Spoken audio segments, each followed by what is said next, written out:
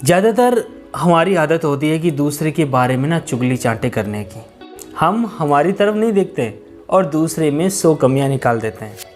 हमें हमारे घर की ज़्यादा चिंता नहीं होती और दूसरे घर पर पूरा फोकस रखते हैं कि वो क्या कर रहा है, वो क्या अच्छा भला कर रहा है। देखो, हम हमारे घर में जैसा माहौल बना कर रखते हैं वही लंबे समय तक का माहौल एक संस्कार का रूप धारण करता है।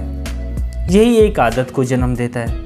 परिवार में दूसरे लोग, विशेषकर बच्चों में भी यही संस्कार पनपने लगते हैं। बचपन में हमारे घर में क्या होता था कि पैसे की बहुत कंजूसी रहती थी।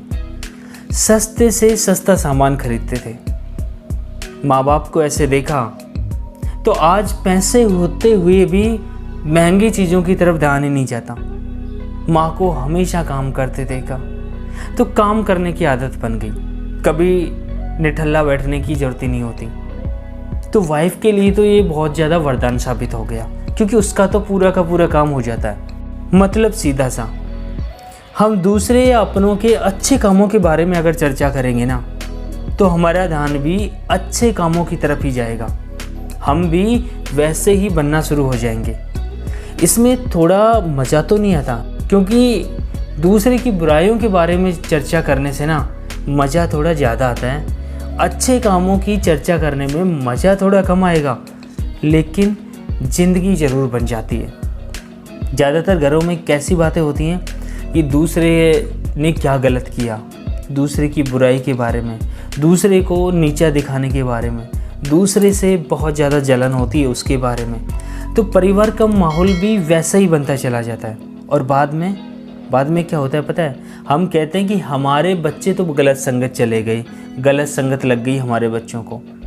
यह संगत किसी दूसरे ने नहीं दी मेरे भाई, यह संगत हमारे घर से लगी है, माँ बाप ने लगाई है। इसीलिए हमेशा दूसरे की अच्छाइयों के बारे में बात करो।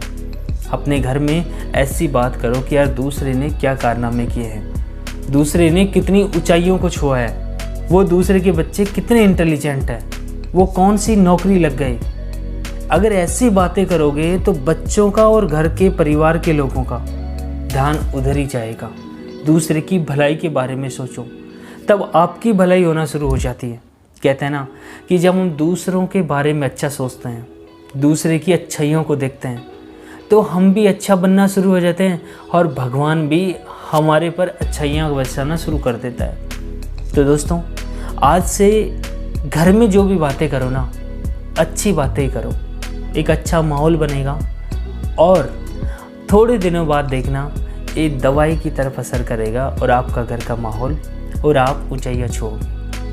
भगवान से यही कामना करता हूँ कि आप ज़िंदगी में बहुत खुश रहें। और जब भी मैं बातें करता हूँ ना, मेरी बातें छोटी होती है, लेकिन आपकी ज़िंदगी तक सुकून ज़रूर पहुँचाएंगी। ये आपसे मेरा वादा है। मिलता हूँ दोस्तों एक नई सी प्यारी सी वीडियो में। जब तक बने रहिए आपकी खुशियों के चैनल के साथ। लाइक शेयर सब्सक्राइब करने में कतई कंजूसी करने की ज़रूरत नहीं है।